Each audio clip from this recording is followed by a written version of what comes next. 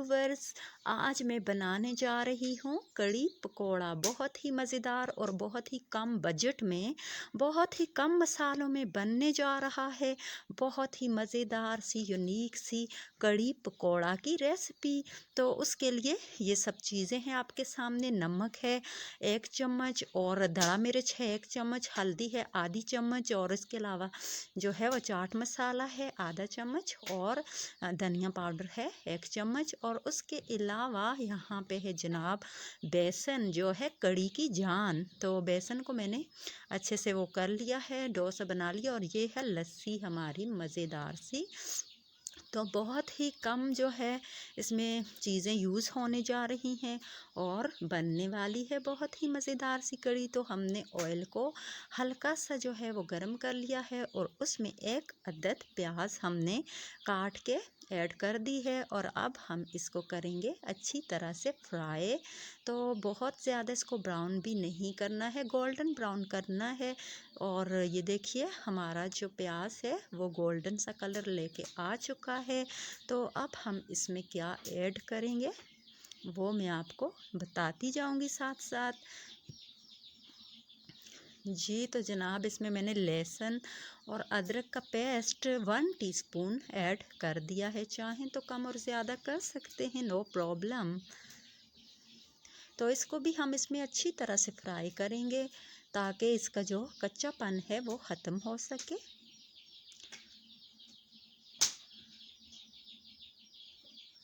ये ताकि साथ में प्याज भी अच्छे से फ्राई हो जाएगा और उसके साथ जो है लहसुन और अदरक भी अच्छे से फ्राई हो जाएगा और लहसुन और अदरक का जो कच्चापन है वो भी ख़त्म हो जाएगा। तो इसको अच्छी तरह से आपने करना है फ्राई। और फिर उसमें हम आगे क्या ऐड करने वाले हैं वो भी देखते रहिएगा और वीडियो को बिल्कुल भी स्किप मत कीजिएगा, एंड तक देखिएगा। बहुत ही कम बजट में मज़ेदार सा कड़ी पकौड़ा बनने जा रहा है, घर की चीज़ों से जो इजीली घर में अवेलेबल होती हैं। ज़्यादा कुछ मसालों की ज़रूरत भी नहीं है इसमें। ये 1 अदद जो है टमाटर मैंने इसमें ऐड कर लिया। शेप में मैंने इसे छील लिया था, इसका छिलका मैंने उतार लिया है। आप चाहें तो इसे ग्राइंड करके भी ऐड कर सकते हैं, नो प्रॉब्लम। अगर आपके पास ग्राइंडर की या बिजली की सहूलत नहीं है तो आप इसको छील के इस तरह से भी कर सकते हैं। ये देखें ये बिल्कुल अच्छे से मैश हो चुका है अल्हम्दुलिल्लाह, कितना अच्छा सा कलर भी आ चुका है। अभी इसमें मैंने कोई भी मसाला आप देख सकते हैं ऐड नहीं किया है। और मैंने इसमें घी जो है थोड़ा कम यूज़ किया क्योंकि पकोड़ों का घी भी इसमें शामिल होगा। तो ज़्यादा ऑयल आपको पता है कि सेहत के लिए मुज़र है, कोलेस्ट्रॉल बढ़ाता है। तो इसमें मैंने मसाले सारे एक साथ ही में ऐड कर दिए हैं। चाहें तो अलग अलग ऐड कर सकते हैं, चाहें तो एक साथ में ऐड कर सकते हैं। तो टाइम ज़्यादा वेस्ट नहीं करते तो इसको एक साथ ही हम ऐड कर देते हैं। अब इसमें ग्रीन चिली जो 2 अदद मैंने काट ली थी उनको भी मैंने ऐड कर लिया है। और अब इसको हम थोड़ा सा करेंगे फ्राई। तो फिर हम इसमें ऐड कर देंगे जनाब लस्सी और धनिया और पुदीना जो है वो हम इसमें एंड में ऐड करेंगे। अभी हम इसमें ऐड नहीं करते। ये मैंने लस्सी को इसमें ऐड कर लिया है और बेसन को भी ऐड कर दिया है। जो मैंने इस बेसन को जो है पानी में अच्छे से मैश कर लिया था। इसमें कोई भी गुठली नहीं होनी चाहिए, अच्छी तरह से आपने इसको मैश करना है। और इस पे आपने तकरीबन 15 से 20 मिनट तक हल्की आंच पे चम्मच हिलाते जाना है। ये देखिए अगर आप इसमें चम्मच नहीं हिलाएंगे तो आपकी लस्सी जो है वो फट जाएगी और आपकी कड़ी जो है वो बिल्कुल भी अच्छी नहीं बनेगी। तो मैं तो लकड़ियों की आंच पे पका रही हूँ, आप अपनी गैस के हिसाब से जो है वो फ्लेम लो हाई कर सकते हैं, नो प्रॉब्लम। तो 20 मिनट तक इसमें चम्मच मज़ीद हिलाते जाना है।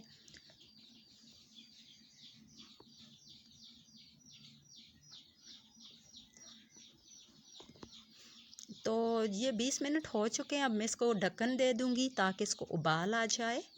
ये देखिए मैं लकड़ियों की आंच पे पका और आंच जो है वो हाई है। ये देखिए आप इसको जो है उबाल आ चुका है। भाप बहुत ज़्यादा तेज़ है जिसकी वजह से हमारी कड़ी नज़र ही नहीं आ रही है, नो प्रॉब्लम।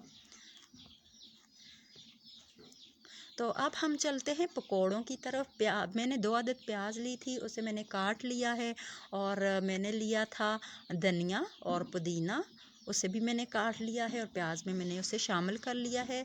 ये 4 अदद मैंने हरी मिर्च ली थी और ये कुछ मसाले हैं जिसमें है साबुत धनिया पाउडर और 1 चम्मच नमक है और उसके अलावा जो हल्दी है, धड़ा मिर्च है और चाट मसाला पाउडर है, जो कि इजीली आजकल हर घर में मौजूद होता है। ज़्यादा कुछ मसालों की ज़रूरत भी नहीं है। चाहे तो इसमें पकौड़ों में अजवाइन भी डालें, ज़रूर डालें, बहुत अच्छी होती है सेहत के लिए, पेट के दर्द के लिए।